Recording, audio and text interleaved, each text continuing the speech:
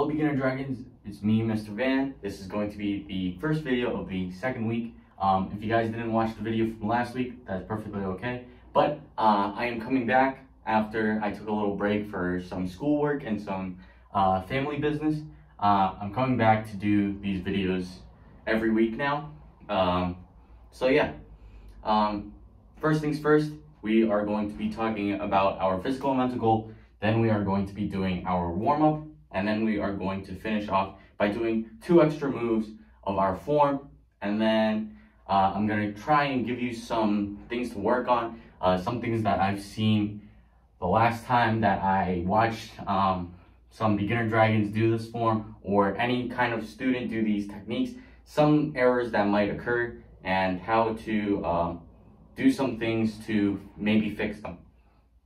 So first, we're going to talk about our physical and mental goal, which is accuracy and exercise. So exercise is our mental goal and accuracy is our physical goal. So first, I'm just going to talk about accuracy really quickly. It's about doing something correctly. So something like doing 2 + 2 = 4 is very accurate, but if you said 2 + 2 = fish, that's not as accurate. So trying to do something correctly is how to do it. So in context of that, that's correctly doing math. Maybe if you guys are reading a book and you're reading it the dog ate the fish instead of the cat ate the fish, then that's also incorrect as in reading. Or if you're doing karate, if you do a front kick instead of a side kick when you're supposed to do a side kick, that's incorrect. So it's not just about karate, it's about everything else. You can be accurate in every sort of aspect of life, but in this class, I'm going to talk about accuracy in context of karate. So now we're going to talk about our mental goal. Our mental goal is exercise. So if you guys didn't watch last week, I explained that there are 2 types of exercise. There's aerobic and anaerobic. Anaerobic is more about building muscles and less about burning fat. If you heard that, I'm sorry, my heater is going off for some reason. But anyways, anaerobic is more about building muscle. It's less about burning fat. So you're trying to build muscle, and by doing this, your heart isn't racing as fast as something like jogging, and more so it's making your muscles sore, which if you guys don't know how muscle is built, you tear apart your muscles, and your muscles build these fibers to make your muscles stronger. So if you guys didn't know that, that's a little biology for you. If you guys did know that, that's how muscles are built, and that is what you're doing when you're doing push-ups. You're kind of trying to tear away at your bicep or your chest or whatever, and then after you get that pain of soreness, the muscles are going to reconnect, which makes them stronger, so it will be harder to break apart next time. That's basically what muscles are. But now aerobic exercise is more about making your heart beat faster, making it so that it's harder to breathe. So now you are burning fat because your heart needs to pump those blood that has to pump blood to all your muscles so that it can function correctly. If they don't, then you're not really going to be able to breathe, and that's not very good. So basically, your heart is going to have to work harder, which makes all the fat burn. So you should be doing this about 20 to 30 minutes, 3 times a week. That's basically what aerobic exercise is. So today, for our warm-up, I want to do an aerobic exercise. It's not going to be too long because I don't want to waste your time. If you guys want to do aerobic exercises, you can look them up online, or you can do this over and over for half an hour, 20 minutes, however long you want to. But I'm not going to make this 20 minutes long. I know you guys don't want to make it 20 minutes long because you might have schoolwork, or you might have school, or you might have stuff to play, or you might want to help your mom. I don't want to make you guys do something too long because I feel like that's a waste of time.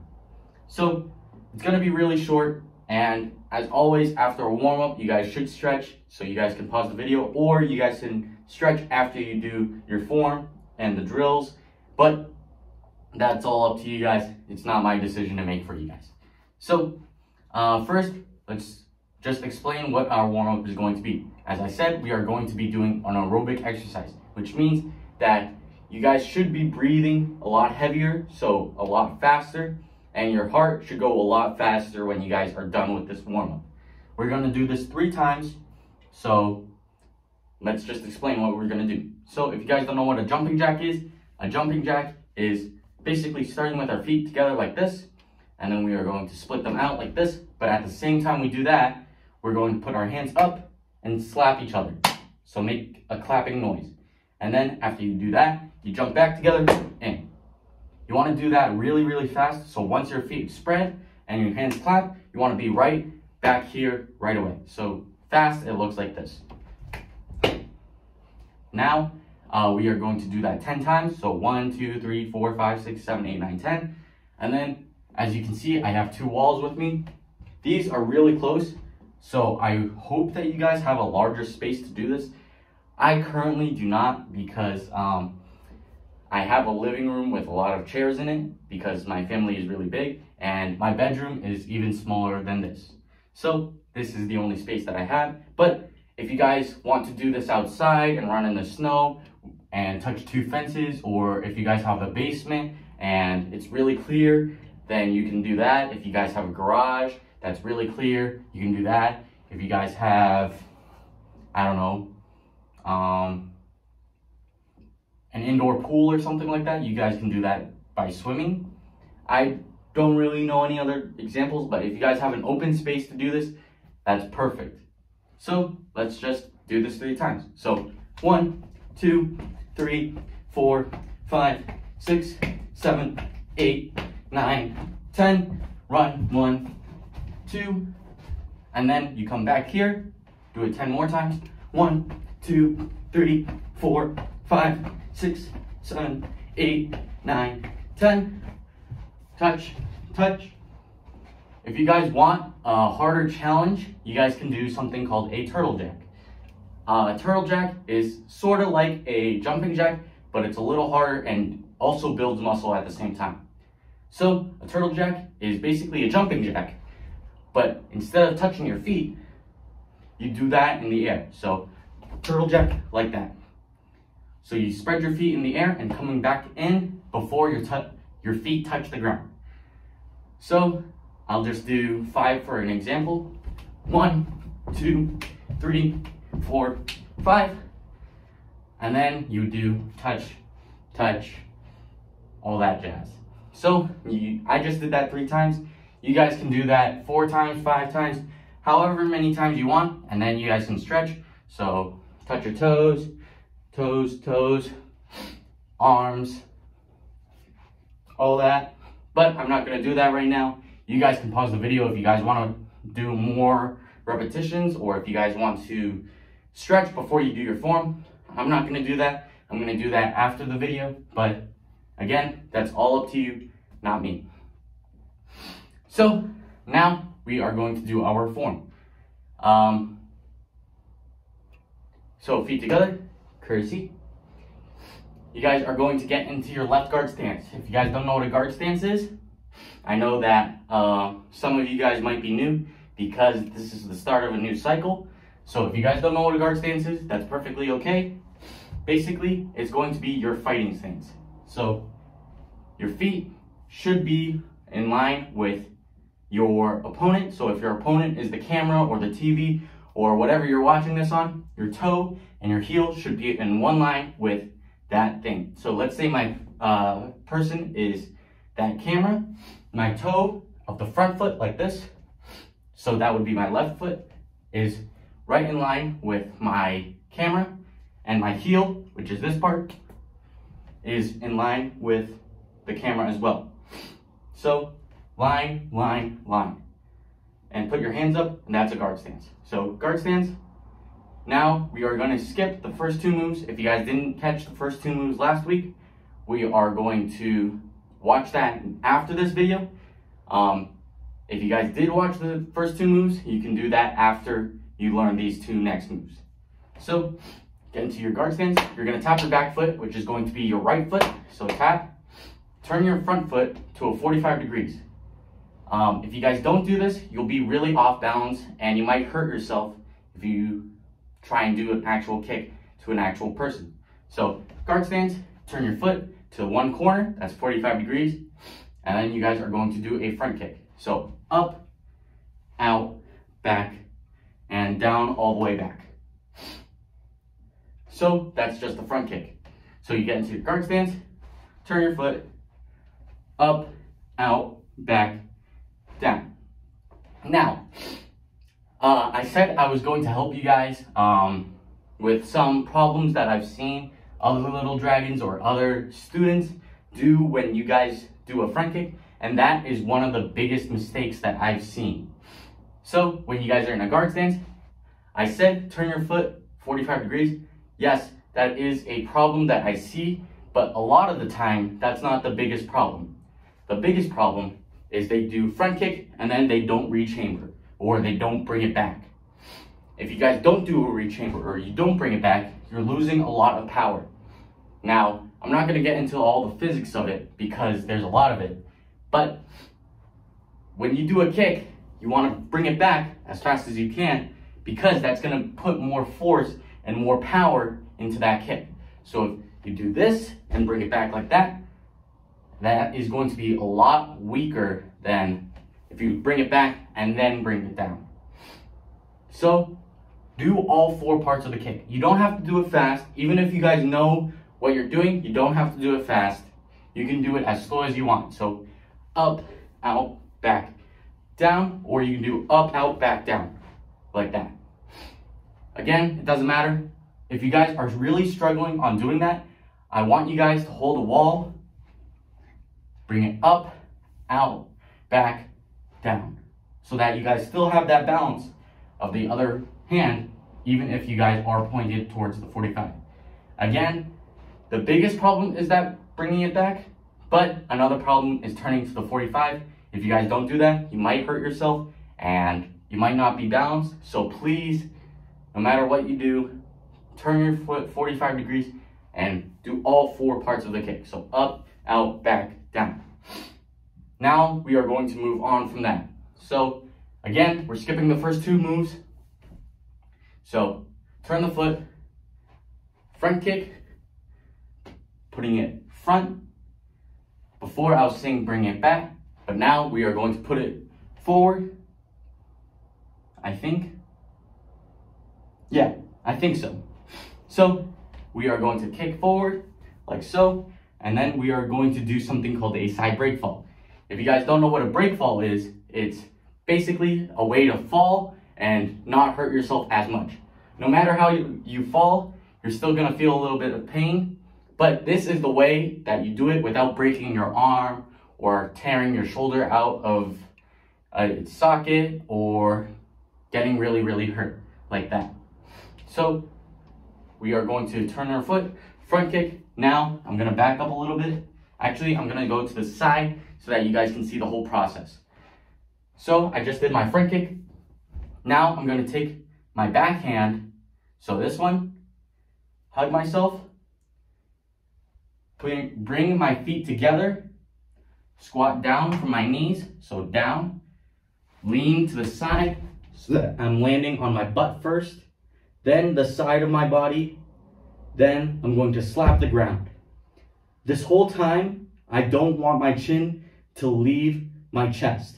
So I bring my chin and put it right here near my chest. This is because if you guys don't do that, and you do this in real life, really, really fast, your head will bounce off the ground and you'll get really, really hurt. You don't want that to happen. So make sure when you do this, you put your chin right on your neck/chest area, and then you'll be able to control your head when it's falling. Again, we're gonna do that one more time. So I'm going to do the front kick and then the side breakfall. So we get into our guard stance, we turn our foot, we do that front kick, bring it right to the front. Now, we are going to take our backhand, hug our head so we're right on our ear. Bring our feet together, squat down from our knees. So down from our knees, right onto our butt, like so. and then to the side. And then, while tucking our chin the whole time, we are going to slap the ground. You might be wondering why we are slapping the ground. It's because if you guys do that, you're going to have more surface area on the ground, so there will be less pressure on you, which means less pain. So fast, it should look something like this.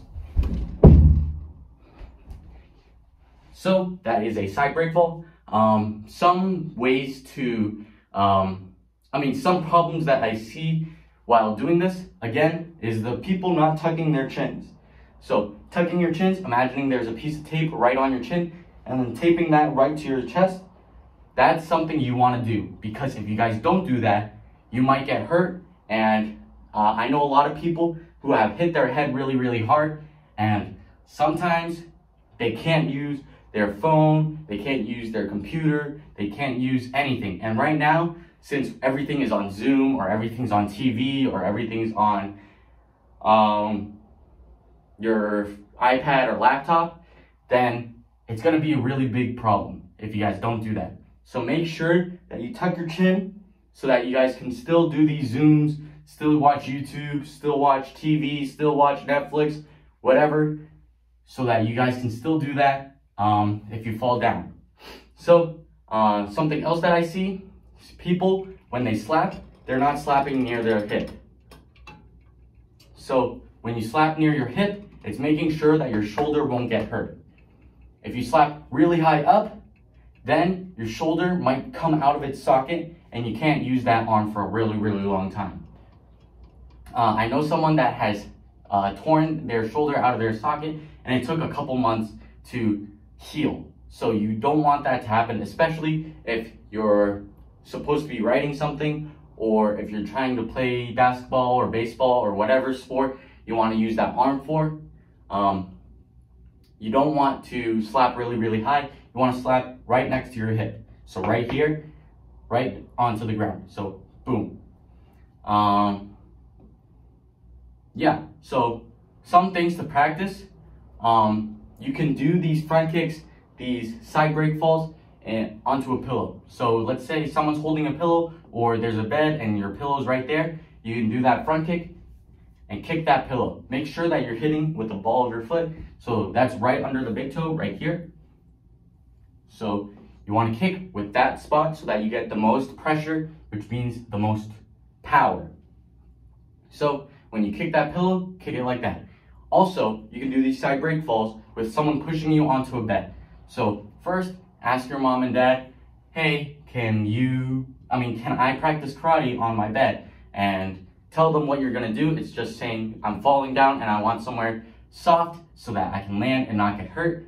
And they might say yes, they might say no. If they say no, that's perfectly okay. Don't tell them, but mom but dad, Mr. Van said so. Don't do that. Just say okay and then move on. Try finding a different place that you can do that. But again, if you do it on the bed, that's okay. And then ask them if they can push you. So if they push you, you want to be able to do this right off of instinct. So you want to be able to get pushed and then do that side break fall. So make them push you from the side and then do that side break fall, slapping near the ground, near your hip, tucking your chin, landing on your butt, side, and then your hand. You want to do that all kind of off of instinct, which means you don't really have to think about it. And that is all I've got for you guys this Monday, and I will see you guys next time.